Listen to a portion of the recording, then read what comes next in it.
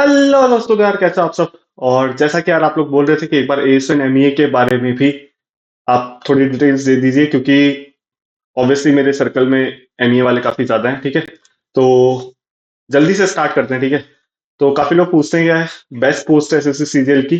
तो मेरी ओपिनियन तो यही है कि हाँ, ये बेस्ट पोस्ट है। कैसे, वो आगे बताऊंगा। ठीक है, तो सबसे पहले यार स्टार्ट करते हैं कि क्या क्या मैं इस वीडियो में आपको बताने वाला हूँ। तो पहला है कि पोस्टिंग लोकेशंस जो दिल्ली में है। ठीक है, उसका सैलरी जो फॉरेन पोस्टिंग में होती है, workload, UPSC preparation, dependency criteria, training and delay in foreign postings, realistic promotion scenario, और फॉरेन पोस्टिंग क्या कंपलसरी होती है। जो थोड़े बहुत मिथ्स हैं एएसयूएनएमईए के बारे में, और किसको ऑप्ट करना चाहिए एएसयूएनएमईए और क्यों, और किसको नहीं करना चाहिए, ये भी डिस्कस करेंगे। ठीक है, तो सबसे पहली बात जिसको नहीं पता है, एमईए क्या है, मिनिस्ट्री ऑफ एक्सटर्नल अफेयर्स है, जो कि सीएसएस कैडर में नहीं आती है। बहुत ही बेसिक सी चीज थी। ठीक है, सेकंड है कि पोस्टिंग लोकेशंस क्या है दिल्ली के अंदर। तो पहला है जेएनबी। ठीक है, ज्यादातर लोगों की पोस्टिंग जेएनबी में होती है। दूसरा है साउथ ब्लॉक। उस साउथ ब्लॉक में मतलब जेएनबी से कम लोगों की पोस्टिंग साउथ ब्लॉक में होती है। पटियाला हाउस में तो बहुत ही कम लोगों की पोस्टिंग होती है। ठीक है, उसके बाद एक और आता है, मतलब मेरे को प्रॉपर याद नहीं है, तो अकबर हाउस है, अकबर भवन है, मेरे को एग्जैक्ट नहीं पता है। ठीक है, उसमें बहुत ही रेयर चांस में वहां पे भी, लेकिन ऑफिस है, लोकेशन है, किसी ना किसी की तो वहां पे भी होगी। ठीक है, तो सबसे ज्यादा वर्कलोड बताते हैं यार साउथ ब्लॉक और जेएनबी में। ठीक है, और पटियाला हाउस में बोलते हैं कि बहुत चले, लेकिन पटियाला हाउस में काफी कम लोगों की पोस्टिंग होती है। ठीक है, ज्यादातर लोगों की जेएनबी और साउथ ब्लॉक में होती है, और काम भी एक्चुअली में मेन इन्हीं दोनों का है। पटियाला हाउस में ज्यादा काम भी नहीं है। ठीक है, नेक्स्ट है यार सैलरी जो आपको मिलती है। ठीक है, सैलरी इस पे ज्यादा डिस्कस नहीं करूंगा, वही है। ठीक है, सब कुछ सेम है जो मैंने माइंड टी में बताया था, ऐसा कुछ नहीं है। डीए बढ़ गया होगा 57%, तो इसको ज्यादा डिस्कस नहीं करेंगे, मेन चीज पे आते हैं। ठीक है, तो सबसे पहला जो लोग पूछते हैं कि वर्कलोड और यूपीएससी प्रिपरेशन के लिए एमईए कैसा है, तो सीधी सीधी सी बात मैं आपको डायरेक्ट बताऊंगा कि वर्कलोड ज्यादा है मेजोरिटी ऑफ सेक्शंस में। कई सारे सेक्शन ऐसे हैं जहां पे आप लेट सेटिंग बहुत, मतलब बहुत कॉमन है। ठीक है, लेट सेटिंग एमईए के अंदर बहुत ज्यादा कॉमन है, और यहाँ पे वास्तव में काम की वजह से। ठीक है, मैंने माइटी वाले वीडियो में आपको बताया था कि लेट सेटिंग क्यों होती है। 90% ऑफ लेट सेटिंग्स बस आपको बैठना है, लेकिन एमईए में थोड़ा अलग है मामला। एमईए में लेट सेटिंग एक्चुअल में काम काम की वजह से, या आपको वीकेंड पे भी बुलाया जाता है, सैटरडे भी आना पड़ सकता है यार आपको। बहुत बहुत लोगों को मैंने जाते हुए देखा है यार, महीने में शायद 2 बार तो सैटरडे भी जा रहे होते हैं। ठीक है, कंपनसेटरी ऑफ मिलता है उसका, वो अलग चीज है। कई बार वो भी नहीं मिलता है। ठीक है, ये भी आप ध्यान में रखना। तो वर्कलोड ज्यादा है। अगर यूपीएससी की प्रिपरेशन के हिसाब से आप आ रहे हो, तो या तो आप बहुत ज्यादा इंटेलिजेंट हो तो ठीक है, वरना कोई एवरेज इंसान है तो उसके लिए बहुत डिफिकल्ट है। मुझे पता है कि कुछ लोग कर रहे हैं यूपीएससी और कहाँ कहाँ तक पहुंच गए, वो भी पता है। ठीक है, ज्यादा डिटेल में नहीं बताऊंगा, लेकिन वो शुरुआत से ही काफी इंटेलिजेंट लोग रहे हैं। ठीक है, अगर आप एक एवरेज इंसान हो तो आप यूपीएससी के प्रिपरेशन के बारे में सोच रहे हो, तो आप यहां मत आओ। ठीक है, सिंपल और सीधी बात है। नेक्स्ट है प्रमोशंस। प्रमोशंस अभी एमईए में थोड़े से स्टेगनेंट मुझे लगता है। ठीक है, अगर आप एमईए में ही अगर 10-15 लोगों से बात करोगे ना, एक बंदा आपको बोलेगा कि यार डायरेक्टर तो शायद पहुंच ही जाएंगे, एक बंदा आपको बोलेगा कि शायद डीएसपी रिटायर हो जाएंगे, एक बंदा आपको ये तक बोल देगा कि यूएस पे ही रिटायर हो जाएंगे। ठीक है, तो बहुत ज्यादा क्लैरिटी किसी को भी नहीं है यार एमईए में कि क्या है प्रमोशन का सिनेरियो। ठीक है, तो अभी जो लास्ट के कुछ बैचेस आए हैं वो काफी बड़े बड़े आए हैं। ठीक है, सीजल 22 का आप देख लो, सीजल 23 का आप देख लो। ठीक है, सीजल 21 का भी आई थिंक काफी बड़ा बैच था।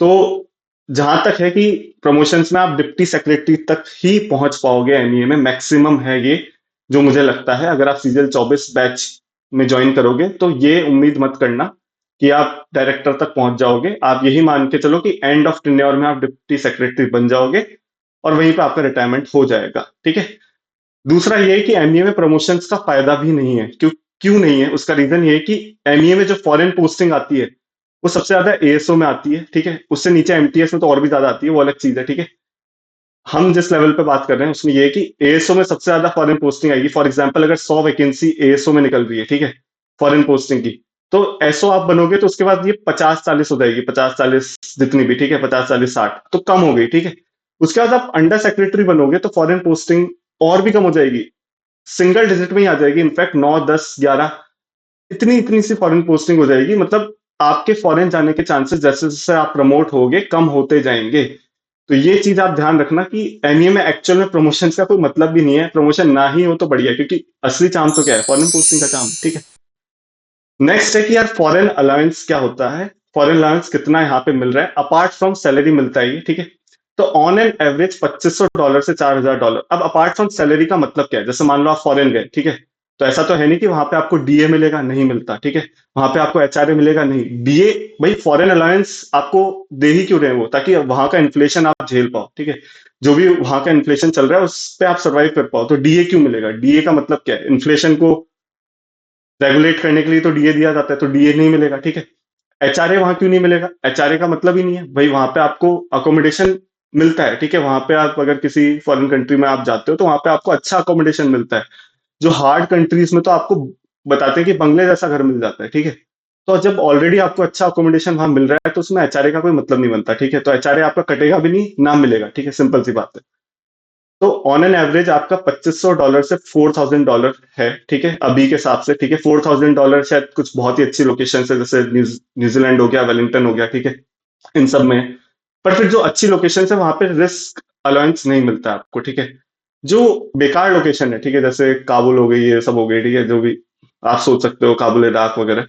तो इन सब में आपको फॉरेन अलाउंस कम है, ठीक है। फॉरेन अलाउंस हो सकता है आपका $2000 ही हो, ठीक है। लेकिन आपका रिस्क अलाउंस उसमें फिर आपको हो सकता है $500 या $1000, ये महीने का बता रहा हूँ, ठीक है, मैं महीने का बता रहा हूँ, साल का नहीं। तो आपको हो सकता है रिस्क अलाउंस $500 $1000 मिल जाए उसके ऊपर, तो आपकी ऑन एन एवरेज यार वो 2500 से $4000 के बीच में वो सैलरी हो जाती है, ठीक है। अभी हर कंट्री के हिसाब से डिपेंड करता है, कहीं पे आपका $2500 आएगा, कहीं पे $3000 आएगा, मोस्टली जहां भी है वो 3000, 3000, 3400, 3300, 3600, 3500 ऐसा चल रहा है, ठीक है। और बहुत कम जगह ऐसी है जहां पे $4000 है, बहुत कम जगह ऐसी है जहां पे $2500 है, ठीक है। तो मतलब ये ओवरऑल सैलरी की बात है, इसमें रिस्क अलाउंस हार्ड पोस्टिंग से मिला मिलू के आपका कम से कम इतना आ जाता है, ठीक है। तो काफी लोग बोलते हैं कि हार्ड पोस्टिंग में वो ज्यादा सेव कर पाते हैं, उसका रीजन भी है कि बाहर खर्चा होता ही नहीं, ठीक है। हार्ड पोस्टिंग में आपको कुछ मिल ही नहीं रहा बाहर, ना बर्गर किंग है वहां, ना कुछ और है, कुछ है ही नहीं, तो खर्चा करोगे कहाँ पे, ठीक है। तो इसमें उस केस में आप सेव बहुत ज्यादा कर लेते हो, ठीक है। तो हार्ड पोस्टिंग में आप सेव बहुत ज्यादा कर लोगे, लेकिन एक दिक्कत उसमें रहती है कि कभी कभार ऐसा होता है कि हार्ड पोस्टिंग अगर आपकी आ गई, मान लो आप हो, ठीक है, आपकी हार्ड पोस्टिंग आ गई, बहुत हार्ड पोस्टिंग आ गई, ठीक है। आप वहां गए, आप गए थे सोच के कि चलो ठीक है 3 साल में रिलीव हो जाऊंगा, ठीक है। लेकिन होता यह है कि कभी कभी वहां 4 साल, 4.5 साल, 5 साल, कभी कभी ऐसा हो जाता है कि भाई कोई दूसरा बंदा आने को ही तैयार नहीं। भाई आपको रिलीव कब करेंगे वो, जब कोई दूसरा बंदा आएगा तभी तो रिलीव करेंगे। लेकिन कोई दूसरा बंदा आने को तैयार ही नहीं है, भाई नहीं आ रहा कोई। तो ऐसे भी केस हुए हैं जिसमें लोग अटक गए वहां पे, ठीक है, 4 साल अटक गए, 4.5 साल अटक गए, वो बंदा आना चाह रहा है, भाई मुझे आना है, आने दो, आने दो, नहीं नहीं आ पा रहे, ठीक है। तो एमईए में ये सब चीजें भी होती है, तो आप जब पोस्ट प्रेफरेंस भरे तो इन सब चीजों को भी ध्यान में रखना, लेकिन मेरे हिसाब से बहुत बढ़िया चीज है, ठीक है। नेक्स्ट है यार, ये एक बड़ी इंपॉर्टेंट चीज है, ठीक है, डिपेंडेंसी क्राइटेरिया और एमईए में इसके टाइप्स, ठीक है। तो डिपेंडेंसी क्राइटेरिया तो आप जो भी मिनिस्ट्री में काम करता है उसको पता होगा कि 9000 प्लस डीए होता है, ठीक है। ये भी बड़ा वेग सा स्टेटमेंट है कि डीए का मतलब क्या है, डीए किस पे। भाई हमारे मम्मी पापा प्राइवेट में जॉब करते हैं मान लो, ठीक है, तो वहां तो डीए की बात ही नहीं होती, कुछ कुछ प्राइवेट जॉब्स में डीए भी होता है, लेकिन लेकिन वहां तो डीए होता ही नहीं है, तो मतलब बड़ा वेग सा है, डीए शायद हमारी सैलरी पे ही होता होगा, ठीक है। तो 9000 प्लस अगर मैं मेरी सैलरी का डीए मान लूं, ठीक है, 50% मान लेते हैं, 53 भी नहीं मानते, 50% मान लेते हैं, तो 4500 और तो 13,500, ठीक है। तो इसमें ये भी एक कंफ्यूजन है कि इसमें सिर्फ मम्मी पापा दोनों की कंबाइंड इनकम 13,500 पर मंथ होनी चाहिए, या फिर एक बंदे की इनकम 13,500, दूसरे बंदे की 13,500, तो टोटल दोनों की इनकम 27,000 होगी तो चल जाएगा, ठीक है। तो एक्चुअली में कुछ क्लियर नहीं है, ठीक है, इस बारे में। अगर आप किसी भी मिनिस्ट्री में अंदर भी एडमिन सेक्शन में पूछोगे तो वो आपको बोलेंगे कि आप अपने हिसाब से देख लो, ठीक है। तो कोई कुछ तमीज से नहीं बताता, ठीक है, इसमें। लेकिन एमईए में आप ये चीज ध्यान रखना कि फाइनेंशियल डिपेंडेंसी जो है वो प्रूव करना बहुत मुश्किल है, ठीक है। काफी लोगों से मैं सुन रहा हूँ, ठीक है, ये काफी लोग बता भी चुके हैं कि एमईए के अंदर फाइनेंशियल डिपेंडेंसी प्रूव करना बहुत मुश्किल है। कि फाइनेंशियल डिपेंडेंसी का मतलब है कि आपके मम्मी पापा आपके आपके ऊपर डिपेंडेंट है, ये प्रूव करना बहुत मुश्किल है एमईए के अंदर, ठीक है। तो ये एक चीज ध्यान रखना। लेकिन एमईए के अंदर दो टाइप की डिपेंडेंसी होती है, एक होती है फाइनेंशियल डिपेंडेंसी, दूसरी होती है इमोशनल डिपेंडेंसी, ठीक है। तो फाइनेंशियल डिपेंडेंसी का मतलब ये है कि जैसे मान लो आप बाहर गए, ठीक है, फॉरेन पोस्टिंग में गए, तो आपके जो आने जाने का खर्चा है आपका और आपके मम्मी पापा का, वो सरकार ही भुगतेगी, ठीक है। वहां पे जो मेडिकल फैसिलिटीज होगी आपके मम्मी पापा की, वो भी सरकार भुगतेगी, ठीक है। लेकिन इमोशनल डिपेंडेंसी जो कि कंपैरेटिवली काफ़ी ईज़ी है एमईए में प्रूव करना, ठीक है? उसके अंदर सरकार आपके मम्मी-पापा का खर्चा नहीं भुगतेगी, ये चीज़ आप ध्यान रखना, ठीक है? आने-जाने का खर्चा भी नहीं देगी, ठीक है? इमोशनल डिपेंडेंसी और फाइनेंशियल डिपेंडेंसी में ये फ़र्क है कि आप इमोशनल डिपेंडेंसी में आपके मम्मी-पापा आपके ऊपर ही निर्भर हैं, ठीक है? उसमें सरकार का कोई रोल नहीं है, ठीक है? पर इमोशनल डिपेंडेंसी लोग क्यों दिखाते हैं?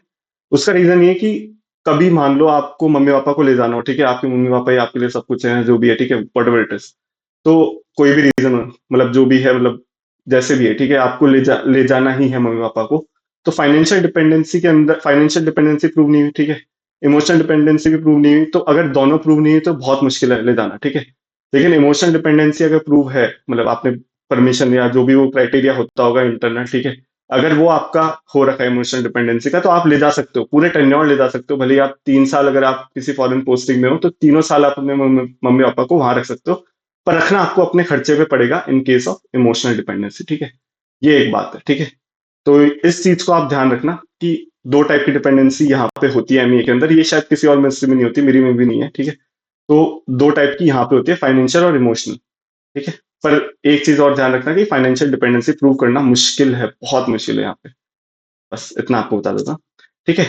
अब है कि यार ट्रेनिंग और डिले इन फॉरेन पोस्टिंग। तो यहाँ पे होता क्या है कि ट्रेनिंग जो है ना, वो जैसे सीएसएस है, सीएसएस में पूरे 1400, जैसे 1400 बच्चा है तो सब 1400 बच्चों की एक साथ ट्रेनिंग हो जाएगी, ठीक है? यहाँ पे ऐसा नहीं होता। यहाँ पे होता क्या है, यहाँ पे ऐसा होता है कि हो सकता है आपका 15, 20, 25, 30 बच्चों का बैच बनेगा। फॉर एग्जाम्पल आपके बैच में 100 लोग आए, ठीक है? तो उसमें मान लो उन्होंने 30 बच्चों का एक बैच बना दिया, ठीक है? उनकी ट्रेनिंग 3 से 3.5 महीने हुई, ठीक है? उसके बाद उसके बाद जो बाकी बच्चे बच्चे हैं ना, उनमें से 30 बच्चों का बैच बनेगा, ठीक है? 30 या 35, जितने भी बच्चे, 25, 30, ठीक है? फिर उनकी 3 से 3.5 महीने ट्रेनिंग चलेगी, ठीक है? फिर जो बाकी बचे हुए बच्चे हैं, उनका बैच बनेगा, ठीक है? मतलब जितने का भी बनाना होगा उन्हें। फिर उनकी 3 महीने ट्रेनिंग कराएंगे, तो 9 महीने तो ये निकल गए, ठीक है? 3 या 3.5 महीने, तो 9-10 महीने ऐसे निकल गए, ठीक है? उसके बाद जो बचे हुए बच्चे उनका होगा, तो आपका 1-1.5 साल तो ऐसे ही निकल गया, ठीक है?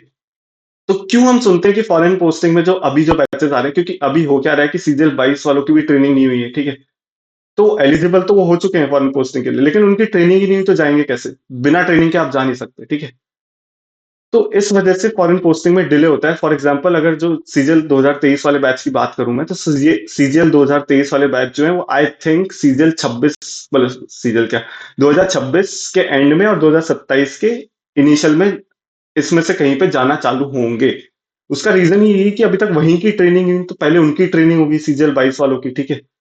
वो लोग जाएंगे, उसके बाद सीजीएल 23 वालों की ट्रेनिंग होगी, और ट्रेनिंग का मैंने आपको तरीका बताया कि कैसे हो रही है। तो जब बड़े बड़े बैचेस आए हैं तो फिर बहुत टाइम लगने वाला है, ठीक है? इसमें साइमल्टेनियस ट्रेनिंग नहीं होती कि भाई हमने 20 बच्चों का बैच ये बनाया, 20 का ये बनाया, 20 का ये बनाया, सबकी एक साथ ट्रेनिंग ले रहे हैं अलग अलग जगह पे, ऐसा नहीं होता, ठीक है? साइमल्टेनियस नहीं होती, पहले उनकी होनी चाहिए, फिर इस बैच की होनी चाहिए, फिर इस बैच की। और बैच इसमें ऐसे नहीं कि सीजीएल 21, 22, 23 बैच, इसमें इंटरनल बैचेस बनते हैं, ठीक है? तो आपको ये चीज ध्यान रखनी पड़ेगी, इसी वजह से डिले होता है फॉरेन पोस्टिंग में।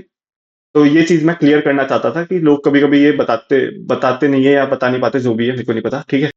तो क्यों फॉरेन पोस्टिंग में डिले होता है, वो इस वजह से होता है, ठीक है? नेक्स्ट है कि काफी लोग ये पूछते हैं कि यार फॉरेन पोस्टिंग क्या कंपलसरी है? भैया फॉरेन पोस्टिंग कंपलसरी तो बिल्कुल नहीं है, ठीक है? बट अगर आपको फॉरेन पोस्टिंग में जाना ही नहीं है, भाई मुझे फॉरेन नहीं जाना, तो क्यों भर रहे हो भाई? तुम एमईए भर ही क्यों रहे हो? जब तुम्हें जाना ही नहीं है तो फिर तुम एमईए के जबरदस्ती की चौड़ है भाई।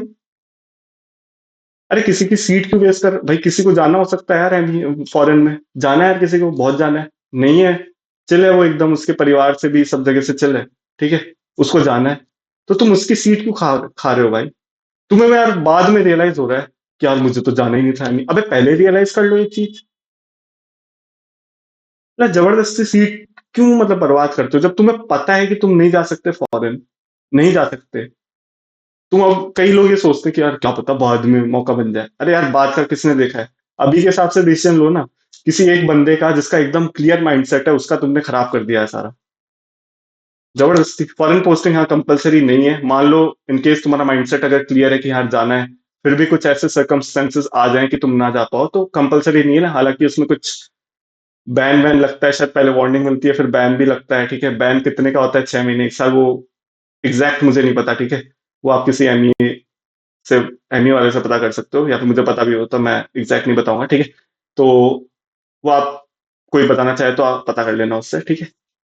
तो हाँ, बस ये है कि आंसर इसका नो है, ठीक है। फॉरेन पोस्टिंग कंपलसरी है नहीं है, ठीक है। लेकिन लेनी क्यों है फिर, ठीक है।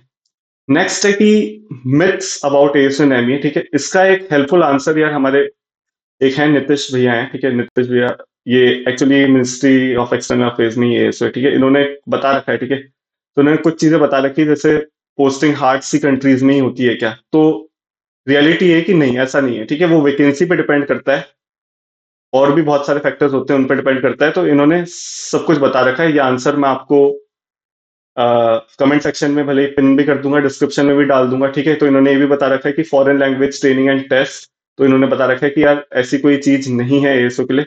ये भी बता रखा है कि फॉरेन पोस्टिंग कंपलसरी है या नहीं है, ठीक है।